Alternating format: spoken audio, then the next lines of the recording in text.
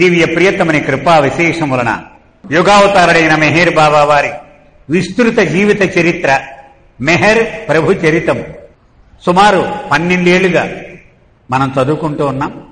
ప్రస్తుతం 12వ భాగంలో కథాంశము నడుస్తూ ఉన్నది. 1955వ సంవత్సరము నవంబర్ మాసములో బాబా తన ప్రేమికులకు తన సహవాస భాగ్యాన్ని కలిగించిన సందర్భం మనం చదువుకుంటూ ఉన్నాం. అయితే చాలా కాలంగా ఈ సహవాస గురించి చదువుకుంటూ ఉన్నాం. అంచేత కొంత కాంప్లసెన్సీ అంటారు ఇంగ్లీష్లో, అంటే ఒక రకమైన నిర్లిప్తత, ఏదో ఆయన చదువుతున్నాడు మనం వింటున్నామని. కానీ దాని గురించి ఒక్కసారి మీకు మనవి చేస్తాను. బాబా ఒక సందర్భంగా ఇలా అడిగారు, భగవంతుడు అవతారుడిగా పదే పదే వస్తూ ఉంటాడు, ఎందుకని? ఇది మనందరికీ చాలా సులభమైన ప్రశ్న, కానీ ఆయనే అడిగాడు, ఎందుకు వస్తాడు? ఎవరి సమాధానం వాళ్ళు చెప్పారు. నేను చెప్తాను వినండి అన్నారు. ఆయనే నేరుగా చెప్పారు, నేను రాకపోతే భగవంతుణ్ణి నీ కళ్ళతో నువ్వు ఎలా చూడగలవు? ఎందుకని మనకున్నది భౌతికమైనటువంటి కళ్ళు. దివ్య చక్షువులతో గాని నిన్ను చూడడానికి సాధ్యం కాదని ఇందాక చదువుకున్నాం. మనకెక్కడున్నాయి దివ్య చక్షువులు? మనకున్నది మామూలు కళ్ళే. ఆ మామూలు కళ్ళతోనే చూసే భాగ్యం ఇవ్వాలంటే ఆయన దిగి రావాలి. మనం ఉదాహరణ చెప్పుకున్నాం, పిహెచ్డి వాడిని అక్షరాలు నేర్పమని మనం ఎల్కేజీ పాఠానికి పంపించాం. ఆయన లెవెల్లో ఆయన చెప్తే వీడు నిద్రపోతాడు కుర్రాడు. ఏం చేయాలి? వీడి లెవెల్కి దిగి వచ్చి ఆయన బాసీపట్టం వేసి అని దిద్దాలి. అప్పుడు వీడికి వంట పడుతుంది. అలాగే ఆయన స్థాయికి మనం ఎదగలేము కాబట్టి ఆయనే మన స్థాయికి దిగి వచ్చి ఆయన మనకు దగ్గర అవుతాడు. అది అవతారము. ఇది బాబా చెప్పారు. ఆయన రాకపోయినా గ్రంథాలు ఉన్నాయి చదువుకోవడానికి. భగవద్గీత ఉంది కదా, బైబిల్ ఉంది, ఖురాన్ ఉంది, ఇవన్నీ ఉన్నాయి. ఆయన రాకర్లేదు దీనికి. కానీ ఆయన రావడం వల్ల స్పెషాలిటీ ఏమిటి? కంపెనీ ఆఫ్ గాడ్ బాబా అన్నారు. అంటే భగవంతుని సాన్నిధ్యము. రాముడే గనక రాకపోతే రామాయణం లేదు, కృష్ణుడే గనక రాకపోతే మహాభారతం లేదు, భాగవతం లేదు, క్రైస్తు రాకపోతే బైబిల్ లేదు. అలాగే ఈ మెహర్ ప్రభు చరిత్రము ఆయన వచ్చాడు కాబట్టి ఆయన జీవిత గాథ అది ఒక గొప్ప మాధ్యమం, ఒక ఛానల్ భగవంతుడికి దగ్గర అవ్వడానికి ఆయన జీవితము. బాబా అన్నారు, నేను ఎందుకు వస్తానంటే నా ప్రేమను నీకు ఇవ్వడానికి, నీ ప్రేమను నేను స్వీకరించడానికి. అందుకే వస్తాను నేను. ఆయన వచ్చాడు కాబట్టి మనం ఆయన పాదాల మీద తలకాయ పెట్టి ఆరాధనని మనము తెలియజేసుకుంటాం, ఆయన ఆలింగనం చేసుకుంటాం, ఆయన తన చేతితో దివ్య ప్రసాదాన్ని ఇస్తాడు. ఇవన్నీ ఎలా సాధ్యమైనవి? ఆయన వచ్చాడు కాబట్టి. అందుచేత తన భౌతిక సాన్నిహిత్యాన్ని తన ప్రేమికులకు ప్రసాదించడం కోసం చాలా అరుదుగా ఆయన ఈ సహవాసులు నిర్వహిస్తూ ఉండేవాడు. సహవాస అంటే కలిసి ఉండడం. ఎవరితో? భగవంతుడితో. అది సహవాసం అంటే. మనం నలుగురు మేధావులతో కూర్చుని ఉండడం వేరు, భగవంతుడితో కూర్చుని ఉండడం వేరు. ఎందుకని? మేధావులంతా మనసును మాత్రము రంజింప చెయ్యగలరు, కానీ భగవంతుడు నేరుగా హృదయాన్ని రంజింప చెయ్యగలడు, స్పృశించగలడు. అది సహవాసము అంటే. ఆ ముచ్చట్లు మనం చదువుకుంటూ ఉన్నాం. తన ప్రేమికులను 4 బృందాలుగా విభజించారు బాబా. 4 ప్రధాన భాషలు అప్పటికి. మొట్టమొదటిది గుజరాతీ, రెండవది తెలుగు వాళ్ళు, మూడవది హిందీ వాళ్ళు, ఆ మూడవది నడుస్తూ ఉంది, 4వది మరాఠీ, ఆఖరినది. అక్కడికి హమీర్పూర్ ప్రాంతం అంటే ఉత్తరప్రదేశ్, అక్కడి నుంచి వచ్చారు, మధ్యప్రదేశ్ నుంచి వచ్చారు, ఢిల్లీ నుంచి వచ్చారు, ఇలా అనేక ప్రాంతాల నుంచి ఆ హిందీ వాళ్ళంతా వచ్చారు. వాళ్లతో ఆ ముచ్చట్లు, వాళ్ళ ప్రేమను ఆయన స్వీకరించడము, తన ప్రేమను వాళ్లకు పంచి ఇవ్వడము, ఆ ముచ్చట్లు చదువుకుంటూ ఉన్నాం మనం. సరే, ఉదయం రాగానే హీరాలాల్ ఢిల్లీకి చెందినవాడు, అతను అన్నారు, ఏమో నీకు చర్మ వ్యాధి వచ్చిందని నేను చెప్పావు కదా, ఎలా ఉందేమిటి అని అడిగారు ఆయన. పాద్రి దగ్గరికి వెళ్ళి మందు తీసుకోమని చెప్పాను, తీసుకున్నావా? పాద్రి అంటే బాబా మండలి సభ్యులలో ఒకటి. అతను అన్నాడు, తీసుకున్నాను బాబా, కానీ ఒక విచిత్రం చెబుతాను నీకు అన్నాడు. ఎందుకని అంత చనువు ఇచ్చేవాడు ఆయన బాబా. సాధారణంగా మందు తీసుకుంటే రోగం తగ్గుతుంది, కానీ ఈ మందు తీసుకున్నాక నా రోగం పెరిగిందన్నాడు. ఇదేమిటి వింతగా ఉందన్నారు. లేదు బాబా, నాకు తగ్గకపోగా పెరిగింది అన్నాడు. మరైతే నువ్వేమనుకుంటున్నావు అన్నారు. తగ్గకుండా నేను ఇక్కడి నుంచి వెళ్ళడం ఎందుకు, ఇక్కడే ఉండిపోదాం అనుకుంటున్నాను తగ్గే వరకు అన్నాడు. అయితే నువ్వు ఇక్కడ ఉండిపోవడం కోసం ప్రణాళికలు చేస్తున్నట్టుగా నాకు అనిపిస్తోంది. అదేం ఉడకదు, నీ పప్పులు ఉడకబెట్టు. ఎందుకని నీకు తగ్గిపోవలసిందే, నీవు తిరిగి నీ ఇంటికి వెళ్ళిపోవలసిందే అని చమత్కారం ఆయన. ఎందుకని అతనికి బాబా దగ్గర ఉండిపోవాలని ఆరాటం. కానీ బాబాకు అతని బరువు బాధ్యతలు తెలుసు. మరి అవన్నీ ఎవడు చేస్తాడు? ఇతను ఇక్కడ ఉండిపోతే కాదు. నీ ప్రాపంచిక బాధ్యతలను తప్పించుకొనవద్దు, బాబా యొక్క ఆదేశం అది. అవన్నీ సక్రమముగా నెరవేరుస్తూనే భగవంతుణ్ణి ఆరాధించవచ్చు. అంతేగాని నా బాధ్యతలు వదిలేసి, ప్రపంచాన్ని వదిలేసి పారిపోయి ఎక్కడికో అక్కడ భగవంతుడంటే అది ప్రాక్టికల్ కాదు. అది బాబా యొక్క సందేశముల సారము మనం చదువుకుని ఉన్నాం ఇక్కడ మనం. సరే, అతనికి ఒక ఎగ్జిమా వచ్చిందనమాట. అతను అన్నాడు, బాబా నాకు తగ్గట్లేదు, నీ దగ్గర ఉంటే తగ్గుతుందేమో అన్నాడు. లేదు, అది నీకు లోపలికి కూడా సంక్రమిస్తుంది, అది మిగిలిన వాళ్ళు కూడా అంటుకుంది. వద్దు వద్దు, దాన్ని నయం చేసి నేను పంపించి ఏర్పాటు చేస్తాను అన్నారు బాబా. ఆ రోజు మధ్యాహ్నం 3:50 ఇక్కడ సహవాసకు వచ్చినటువంటి అందరూ 250 మందిని ఒక్కొక్క బృందానికి మనం అందరం కలిసి మెహరాబాద్ను ఆనుకుని ఉన్న గ్రామము అరంగాం, అంటే అరణ్గాం, ఫారెస్ట్ విలేజ్ అంటారు ఇంగ్లీష్లో. అది అరంగాం అంటే అదనమాట.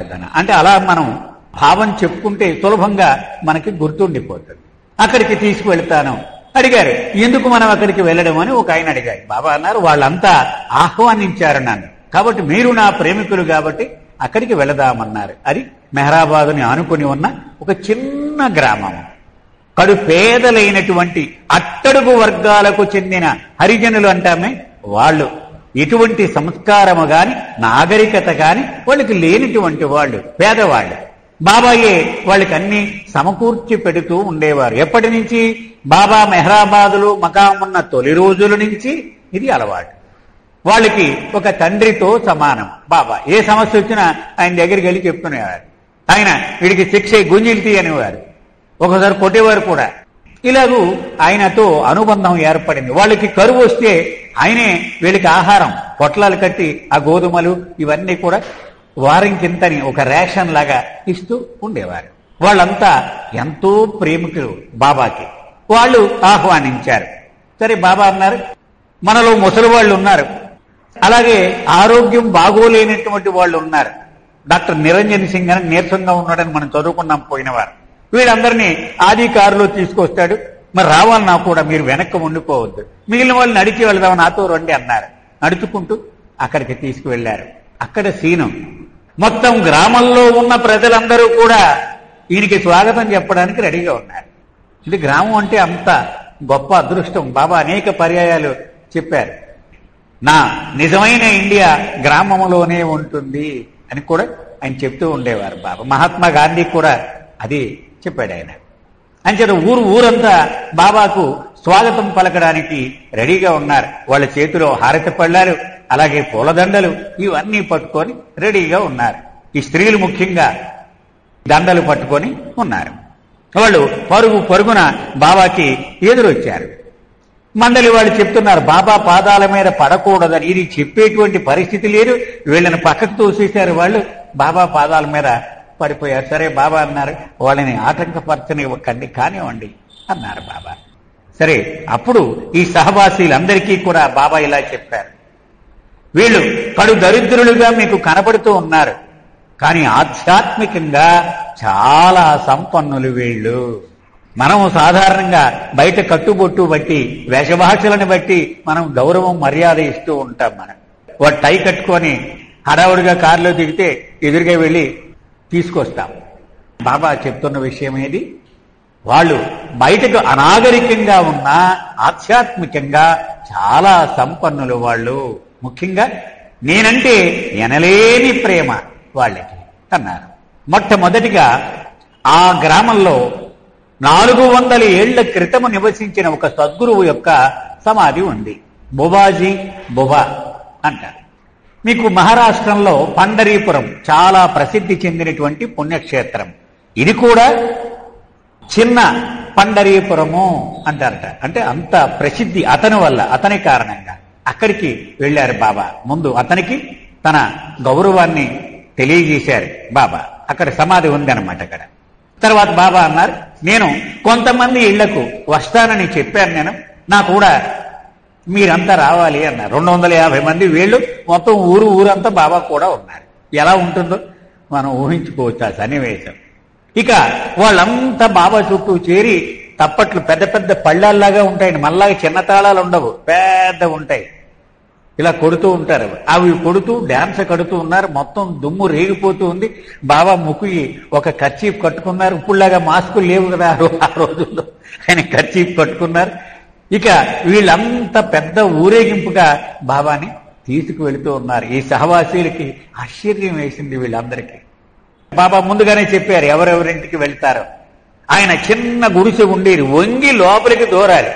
ఆయన వంగి లోపలికి దూరేవారు. అక్కడ పేడ అలికి తాజాగా ఫ్రెష్ గా, ఎందుకంటే గౌరవం అదే వాళ్ళు చూపించగలిగింది, ఫ్రెష్ గా అలికి అలా పెట్టేవారు అనమాట. ఈయన వెళ్ళేటప్పటికి అక్కడ ముగ్గులు వేసి చాలా అందంగా అక్కడికి వెళ్ళి కూర్చునేవారు. వాళ్ళు ఏం పెడితే అది తినేవారు.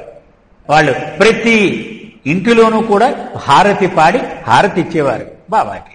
అలా హారతి తీసుకొని మళ్ళీ నెక్స్ట్ ఇంటికి ఇలా వెళుతూ ఉన్నారు బాబా. ప్రతి ఇంటికి వెళ్ళి ఆయన మళ్ళీ వాకపు చేయడం.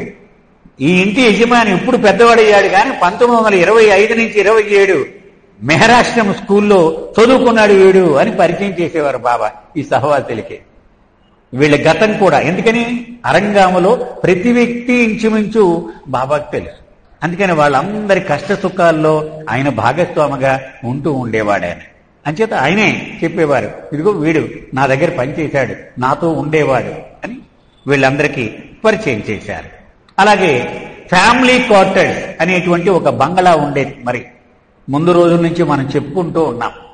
మెహరాబాదులో కుటుంబంతో ఉన్న వాళ్ళు అందులో మకా ఉండమనేవారు బాబా.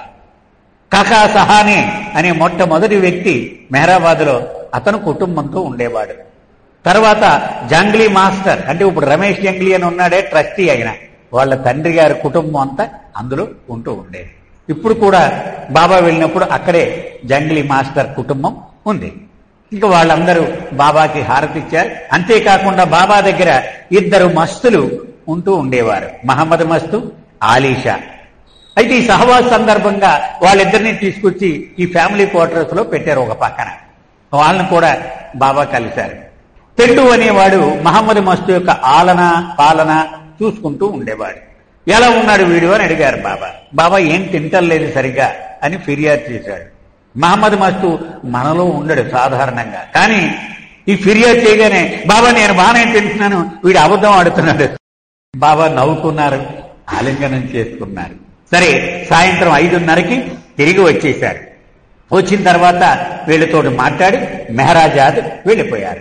మొట్టమొదటి నుంచి చెప్పుకుంటున్నాం, బాబా మెహరాజాదులోనే రాత్రి మకాం ఉంటూ ఉండేవారు. పగలు మెహరాబాదులో ఉన్నా కూడా రాత్రి అయ్యేటప్పటికీ మెహరాజాదు వెళ్ళిపోతూ ఉండేవారు. ఇంచుమించు తొలి రోజుల్లో మాత్రమే, కొద్ది సంవత్సరాలు మాత్రమే మెహరాబాదులో ఉన్నారు. ఆ తర్వాత నుంచి 1948 లగాయితు మెహరాజాదులోనే బాబా మకాం ఉంటూ ఉండేవారు. మధ్యలో మెహరాబాద్ వచ్చి పని చూసుకొని మళ్ళీ మెహరాజాద్ వెళ్ళిపోతూ ఉండేవారు. అప్పుడు కూడా బాబా వెళ్ళిపోయారు. మర్నాడు ఉదయం 7:40 వచ్చేశారు బాబా. రాగానే మండలి వాళ్లతో 1 గంట సేపు చర్చించి హాల్లోకి అడుగు పెట్టారు. రాత్రి నిద్రపోనేది ఎవరు? ప్రతిరోజు ఇదే అడుగుతూ ఉండేవారు. ఎవరు నిద్రపోలేదు అన్నారు. కొంతమంది లేచి నుంచున్నారు. అప్పుడు బాబా చెప్పారు, నిద్ర రాకపోతే చింతించవలసిన పని లేదు. బాబా చెప్తున్నటువంటి డైరెక్ట్. అయితే మీ అంతటి మీరు నిద్ర పాడు చేసుకుని ఏవో ఆలోచనలు పెట్టుకోమని నా ఉద్దేశం కాదు, కానీ నిద్ర రాకపోతే మరేం ప్రమాదం లేదు అని బాబా చెప్పారు. ఇంకా బాబా ఆ సందర్భంగానే నిద్ర గురించి కొన్ని సూచనలు కూడా చేశారు. నీకు కాసేపు మెలకు వచ్చింది, పడుకున్న ట్రై చేయి. రాలేదు, ఎక్కువసేపు నువ్వు చింతించవలసిన అవసరం లే, ఇంకో పని చేసుకో, మళ్ళీ నిద్ర వచ్చినప్పుడు పడుకో అంతేగాని బలవంతంగా నిద్ర రాలేదు దాని గురించి వర్రీ ఏమైపోదన్నారు బాబా. 3 గంటల పాటు కనీస నిద్ర ఉంటే చాలు మనిషికి. ఆ రోజు నిద్ర గురించి చాలా ఎక్కువ చర్చ నడిచింది. ఇంకా బాబా అన్నారు, డాక్టర్ నీలు 3 నెలల పాటు ఒక్క క్షణం కూడా నిద్రపోకుండా ఉన్నాడు వాడు. నాకు రాత్రి డ్యూటీ చేస్తూ, కానీ వాడు చక్కని ఆరోగ్యంతో ఉన్నాడు. చూడండి వాడు ఎలా ఉన్నాడు అన్నారు బాబా. అంచేత ఏమైపోదు, ఏం ప్రమాదం లేదు అని చెప్పారు. సరే, మరొక వ్యక్తిని అడిగారు, వాసుదేవ్ కేన్. అతను ఐఏఎస్ క్యాడర్, పార్లమెంటులో సెక్రటరీగా పనిచేస్తూ ఉండేవాడు. బాబాకు అత్యంత సన్నిహితుడైన ప్రేమికులలో ఇతను ఒకడు. వాసుదేవ్ కేన్ హిందువే. ఇతను లేచి నుంచున్నాడు.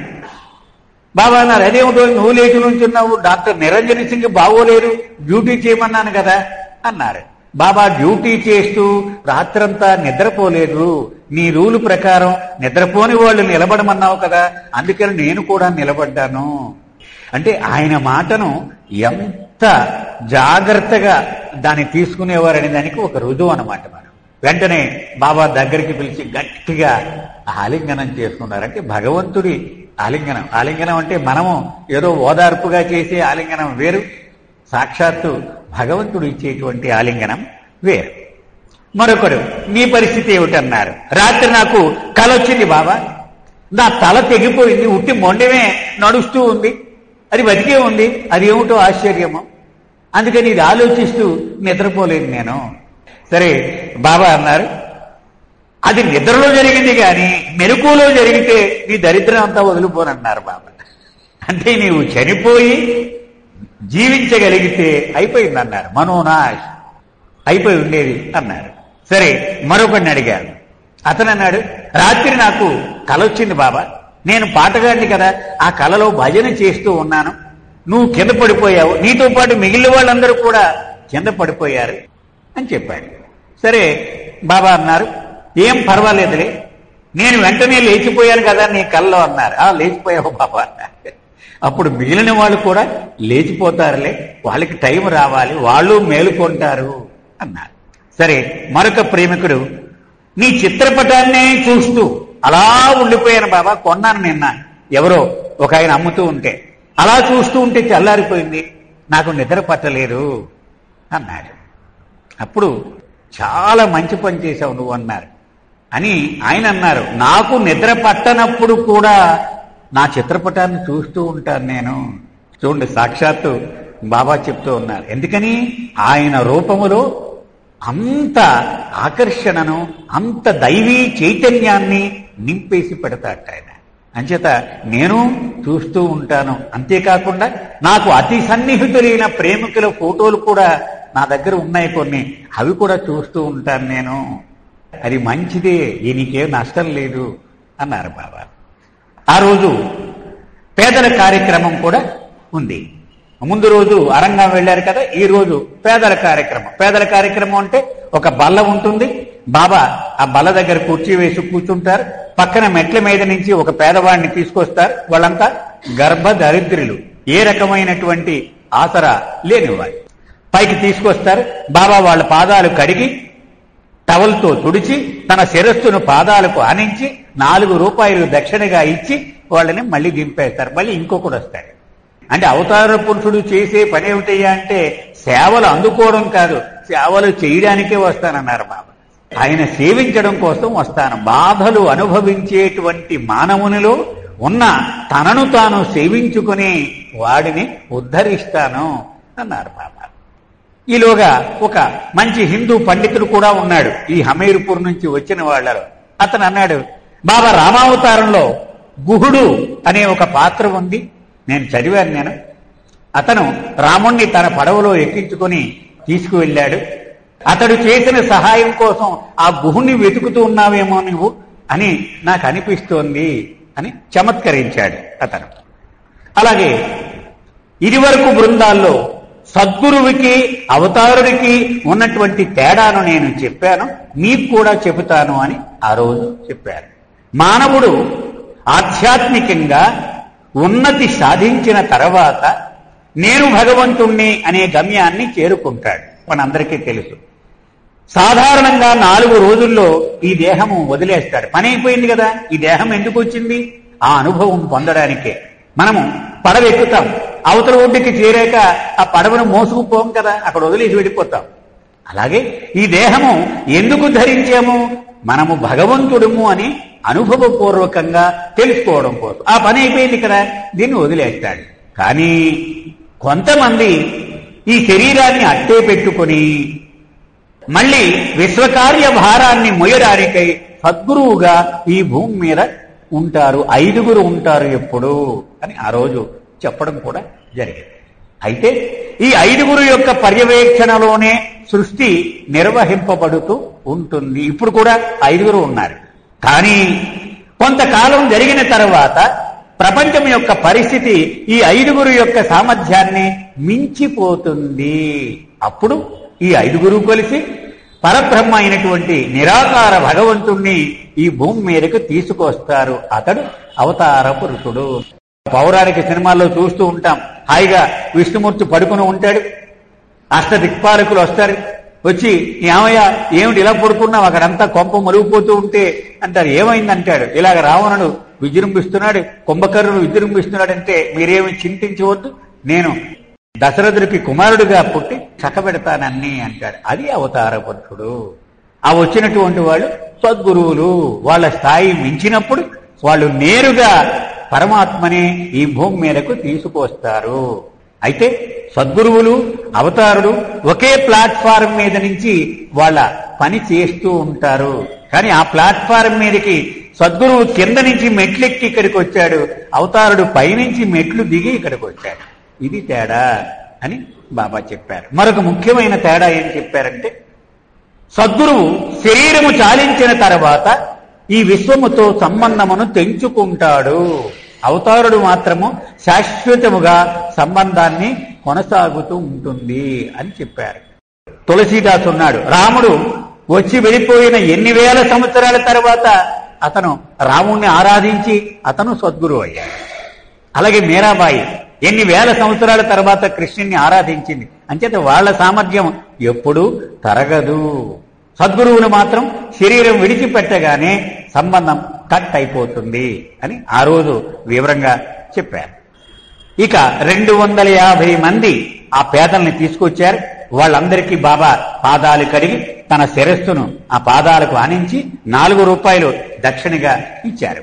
అయితే వాళ్ళతో పాటు చిన్న కుర్రవాడు కూడా వచ్చాడు. వాడిని కూడా పాదాలు కడిగేసి ఆ తుడిచిన టవల్స్ అన్ని ఒక్కొక్కరికి ఒక్కొక్క టవల్, రెండో వాడికి వాడలేదు దాన్ని, అవన్నీ ఒక కుప్పగా వేసి కాల్చేయమన్నారు. అంటే మనకు తెలియదే, బహుశా వాళ్ళ సంస్కారములు ఆయన తొలగించి ఉండొచ్చు, ఆ సంస్కారములన్నీ దహించి వేసి ఉండొచ్చు, మనకు తెలియదు ఇదంతా. తర్వాత గజల్స్ కార్యక్రమం కూడా జరిగింది. మధ్యాహ్నం అయ్యేటప్పటికి బావు కలిసిరి ఆయన కుటుంబము బాబా దగ్గరికి వచ్చారు.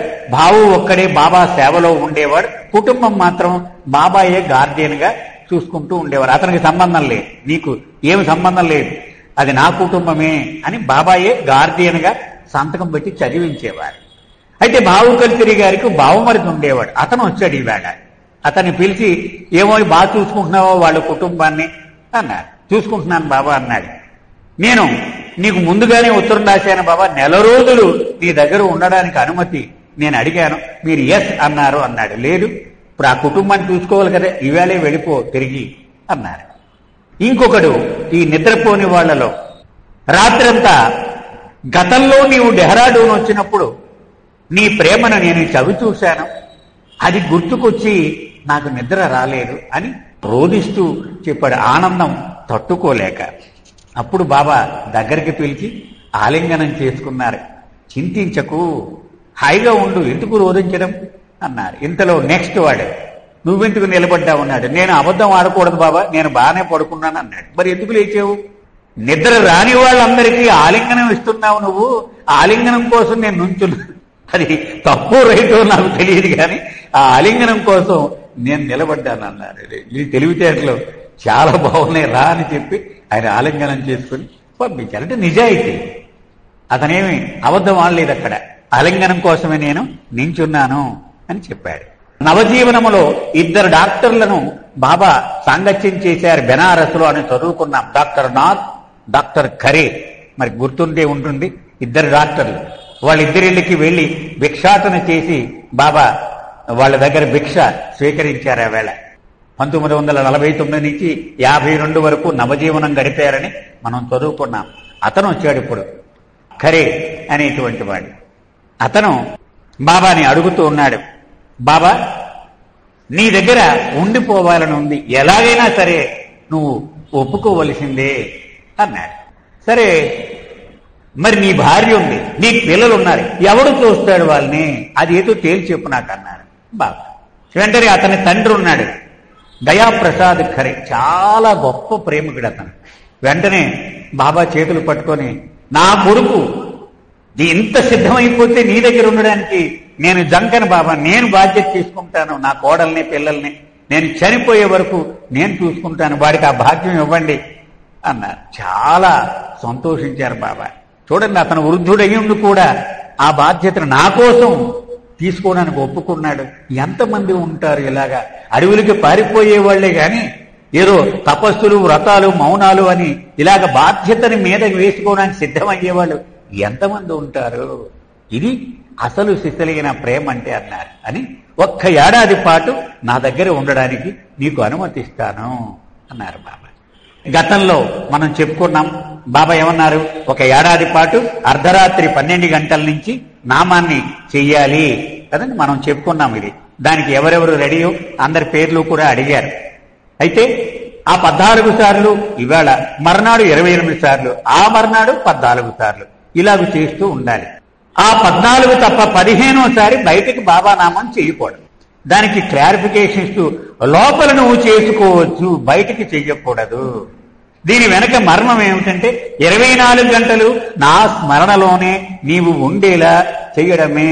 ఎప్పుడు నీ మనసు మీద నియంత్రణ నీవు కొనసాగించాలి అని చెప్పారు. మర్నాడు వాళ్ళు వెళ్ళిపోయేటువంటి రోజు వచ్చింది. బాబా స్పష్టంగా వినండి అందరూ అన్నారు, ఇక్కడి నుంచి నేరుగా మీరు మీ ఇంటికి మాత్రమే వెళ్ళాలి. చాలా ఖచ్చితంగా చెప్పారు బాబా. అంతేగాని దారిలో కలిసొస్తుందని ఏదో ఒక తీర్థయాత్రకో, ఏదో ఒక ఎగ్జిబిషన్ కో, ఏదో మార్కెటింగ్ కో వెళ్ళవద్దు. నేరుగా ఇంటికే వెళ్ళిపోండి. ఎందుకు? మీరంతా నా కోసం వచ్చారు, నా కోసమే తిరిగి వెళ్ళిపోవాలి. అంటే మన హృదయాల నిండా ఆయన ప్రేమని నింపుతాడు. ఆయన ఆ ప్రేమని భద్రంగా మనం ఇంటికి పట్టుకు వెళ్ళాలి. మన మధ్యలో అక్కడికి ఇక్కడికి తిరిగామనుకోండి, ఇది మనం వలకపోసుకున్నట్టే అవుతుంది. ఇంకా బాబా అన్నారు, ఇక్కడ నీవు ఏ వాతావరణాన్నైతే అనుభవించావో, నీ నరాన నింపుకున్నావో, ఈ వాతావరణాన్ని నీ ఇంటి వాళ్ళందరికీ అందించాలి వెళ్ళిన తర్వాత. ఉదాహరణకి మెహరాబాద్ నుంచి వస్తూ అక్కడంతా వైభవం ఉంది. దారిలో హైదరాబాద్ లో 2 రోజులు ఉండిపోయారు. ఆ ఎగ్జిబిషన్ ఉంది, పెద్ద ఎగ్జిబిషన్, అది అంతా తిరిగేసి ఇక్కడికి వచ్చి ఏం చూసేవారు అంటే అద్భుతం ఎగ్జిబిషన్ అంటాడు. అంటే అది అంతా పోయింది అక్కడ. మన మెమరీ అది ఓవర్లాప్ అయిపోయిందనమాట. ఈ ఎగ్జిబిషన్ మిగిలింది కదా. ఏం చూసావంటే పట్టుకొచ్చిన సామాన్లు చూపెడుతూ ఉంటాడు, ఇది కొన్నాను. అక్కడి నుంచి పట్టుకొచ్చిన ప్రసాదాలు ఇవేవి కూడా అవి అప్రధానమైనవిగా అయిపోయింది. అందుకని బాబా ఏమంటున్నారు, నువ్వు నా దగ్గర నుంచి వెళ్ళేటప్పుడు నేరుగా ఇంటికి వెళ్ళి, అక్కడికి ఇక్కడికి తిరగాలంటే ముందు వచ్చే ముందే అవన్నీ చూసుకొని రా. ఇక్కడ ఉదాహరణకి ఒక సందర్భంలో విజయవాడకి చెందిన మాజిరెడ్డి రామ్మోహన్ రావు గారు, ఆయన చింతా సర్వారావు గారు, ఇద్దరు ప్రముఖ ప్రేమికులు ఆ రోజుల్లో బాబా దగ్గరికి వెళ్ళారు. ఏమో ఇలా వచ్చారన్నారు, నీ కోసమే, నీ దర్శనం కోసమే. ఓ శభాష్, ఉండనన్నారు. 4 రోజులు ఉన్నారు. ఇక వెళ్ళిపోవాలి. వేళ బాబా నేను క్లాత్ బిజినెస్ చేస్తాను, నీకు తెలుసు కదా బాబా, విజయవాడలో మెయిన్ రోడ్లో షోరూమ్ ఉంది, బొంబాయిలో మాకు సప్లయర్ ఉన్నాడు, నువ్వు అంటే అక్కడికి వెళ్ళి చిన్న పని చూసుకొని అలా విజయవాడ వెళ్ళిపోతాను అన్నాడు. బాబా అన్నారు, ఇక్కడికి వచ్చినప్పుడు నువ్వు ఎందుకు వచ్చావు అని అడిగితే ఏమి సమాధానం చెప్పు, ఒకసారి గుర్తు చేసుకో, నీకోసమే వచ్చాను అన్నావు. అవునా? ఇప్పుడు ఆ బిజినెస్ చూసుకుని వెళ్ళావనుకో, ఇప్పుడు ఆ మాటని అనగలవా నువ్వు? అనలేవు. అంచేత నా మాట విని నువ్వు విజయవాడ వెళ్ళిపో. ప్లాట్ఫారం మీద అడుగు పెట్టగానే నెక్స్ట్ బండి ఎక్కి బొంబాయి వెళ్ళి ఏం పర్వాలేదు, దానికి నేను అనుమతిస్తాను నేను, అంతేకాని ఇక్కడి నుంచి మాత్రం నువ్వు మిగిలిన పనులు చూసుకుని వెళ్ళవద్దు అని అంత ఖచ్చితంగా బాబా చెప్తూ ఉండేవారు. ఉదాహరణగా దౌలత్ సింగ్ కదా మనం అనేక పర్యాయాలు చెప్పుకున్నాం. అతను మేయర్ చేశాడు, కళ్ళ డాక్టర్, అతను ఆప్థల్మాలజిస్ట్. అయినా కూడా బాబా ఆర్డర్ ప్రకారము ఊళ్ళో బిచ్చం ఎత్తుకొని ఆహారం స్వీకరించి తినేవాడు, ఇంట్లో తినేవాడు కాదు. ఇంట్లో వాళ్ళు బయటకు పొమ్మని తలుపులేశారు అతని మీద. అయినా సరే అలాగే ఉన్నాడు, బిచ్చం ఎత్తుకుంటూ తిరిగాడు, బిచ్చగాడిగా మారిపోయి తర్వాత బాబాని కలిశాడు. అదంతా మనం చదువుకున్న వృత్తాంతం. అంత సీరియస్ గా తీసుకోవాలి నన్ను, అప్పుడే నేను ఇవ్వాలనుకున్నది నీవు స్వీకరించే అర్హతను పొందగలవు. మర్నాడు పొద్దున్నే బాబా వచ్చారు. మెహరాబాదు కొండ మీదకి తీసుకెళ్లి తన భావి సమాధిని ఇవన్నీ దగ్గరుండి చూపించారు ఆయన. ప్రతి భాషా బృందానికి కూడా ఇలాగే బాబా చేస్తూ ఉన్నారు. ఆ తర్వాత మెహరాజాద్ కూడా తీసుకువెళ్లారు. మెహరాజాద్లో కూడా దగ్గరుండి అన్ని చూపించారు బాబా. పండరీపురంలో గాడ్గే మహారాజ్ అని ఒక ప్రధానమైనటువంటి ఒక సంత్ అన్నారు బాబా. 6వ భూమికకు చెందినవాడు, అంటే భగవంతుడికి ఔటర్లో ఉన్నాడనమాట. నెక్స్ట్ భగవంతుడి అయిపోతాడు అక్కడ. 6వ భూమిక అంటే 7వ భూమిక భగవంతుడు. ఆ వ్యక్తి అహ్మద్నగర్ వచ్చాడని అక్కడికి దగ్గర బాబాని నాసిక్ రమ్మని ఆహ్వానిస్తున్నాడని కబురు పంపించాడు. ఇంకా అతను తన మాటలు బాబాకి ఇలా చెప్పమన్నాడు. పండరీపురంలో అతను ఎంత చెబితే అంత, అతన్ని ఆరాధిస్తారు కూడా. అతనికి వేల మంది శిష్యులు ఉన్నారు. అతను ఏం పంపించాడు కబురు అంటే, బాబా సూర్యుడైతే నేనొక పిచ్చుకని, ఒక చిన్న పక్షి లాంటి వాడిని. ఆయన నా అనుచరులందరికీ దర్శనం ఇవ్వడం కోసం వేలాది మంది ఇక్కడికి రాలేరు. ఆయన్ని తీసుకొని నేను నాసిక్ వెళతాను, అనుమతి కావాలి నాకు. ఆయన సర్వజ్ఞుడైతే నేను అజ్ఞానిని అని ఆయనకి చెప్పమన్నాడు. బాబా చాలా సంతోషించారు. నేను అక్కడికి రాలేను, కానీ అతడు వచ్చి నన్ను కలుస్తాడులే అన్నారు. తర్వాత కొద్ది రోజులకే అతని శరీరం వదిలేసి బాబాలో శాశ్వతంగా కలిసిపోయాడు. మనం గతంలో చదువుకున్నాం. బాబా అతన్ని పండరీపురం తీసుకువెళ్ళడం, పండరీపురంలో అతనికి పెద్ద సింహాసనం వేసి పండరీనాథుని భక్తులందరికీ చెప్పాడు. ఇప్పటి వరకు శిలారూపంలో ఉన్న పండరీనాథుణ్ణి ఆరాధించారు మీరు, ఇప్పుడు రక్తమాంసములతో సజీవముగా ఉన్న పండరీనాథుణ్ణి తీసుకొచ్చాను, దర్శనం చేసుకోండి అని ఆ రోజు ప్రకటన చేశాడు. అవన్నీ మనం చెప్పుకున్నాం మనం. సో ఇక్కడికి ఈరోజు ముగిద్దామండి. వచ్చే వారం కొనసాగిద్దాం. అవతార్ మెహర్ బాబాకి జై.